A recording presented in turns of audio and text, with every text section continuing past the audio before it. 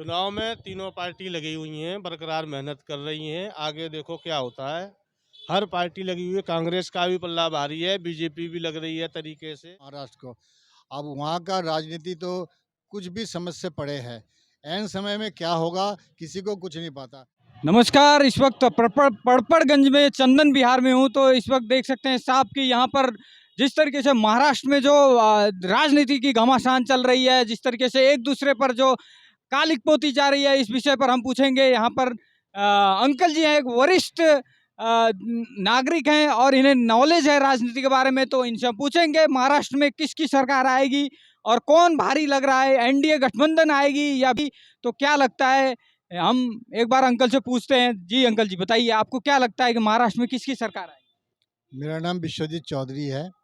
रही बात महाराष्ट्र की बात, तो महाराष्ट्र तो देखिए दुनिया का सबसे बेहतरीन शहरों में से गिना जाता है महाराष्ट्र को। अब वहाँ का राजनीति तो कुछ भी समझ से परे है।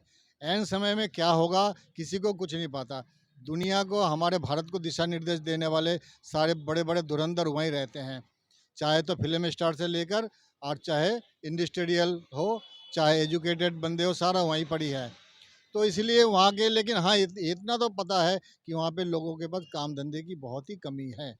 एजुकेशन कर कर के बच्चे इधर उधर मारे मारे फिर रहे हैं।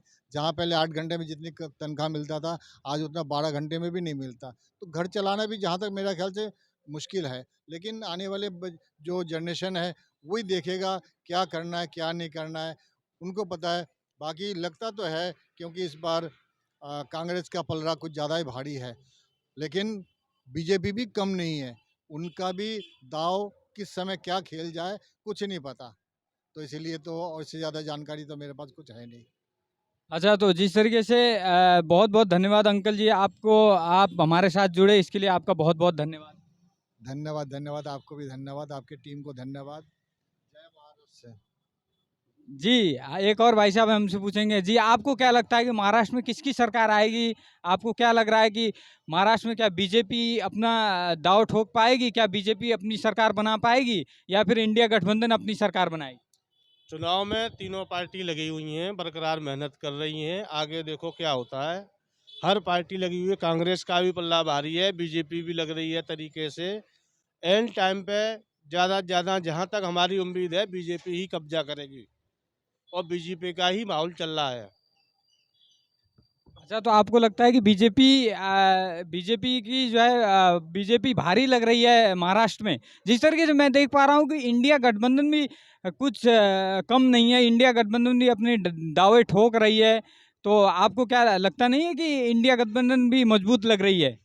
इंडिया गठबंधन दावे ठोक रही है, सबको ठोक रही है।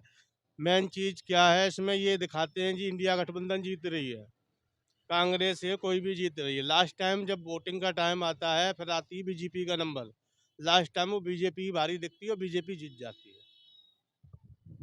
अच्छा, तो जिस तरीके से आपको अच्छा आप ये बताइए शिवसेना के बारे में आप क्या कहना चाहेंगे? जिस तरीके से उद्धव ठाकरे अपना दावा ठोक रहे हैं, जिस तरीके से पहले बाला साहेब ठाकरे थे तो उनके ज़माने में शिवसेना बहुत ज़्यादा एक्टिव लगती थी। इस समय तो दो गुट में बट गई है। जैसे एक तरफ एकनाथ शिंदे हैं जो बीजेपी की तरफ हैं और दूसरी तरफ उद्धव ठाकरे हैं जो इंडिया गठबंधन के साथ हैं। तो इस विषय पर आप क्या कहना चाहेंगे? उद्धव ठाकरे इसमें कांग्रेस की तरफ से जो है ना, वो भी प्रॉपर मेहनत कर रहे हैं। आगे चल के देखो होता क्या है। और जो भी है, मैं तो यही कहता हूँ, बेरोजगारी बहुत है। इसमें सिर्फ इसी पे ध्यान देना चाहिए, जहाँ से कोई भी पार्टी हो, कोई भी जीते। सबसे पहले यही बात है, विकास और काम होना चाहिए, कहीं का भी हो। अच्छा, चलिए आपका बहुत बहुत धन्यवाद हमारे चैनल के साथ जुड़ने के लिए। धन्यवाद जी आपको भी।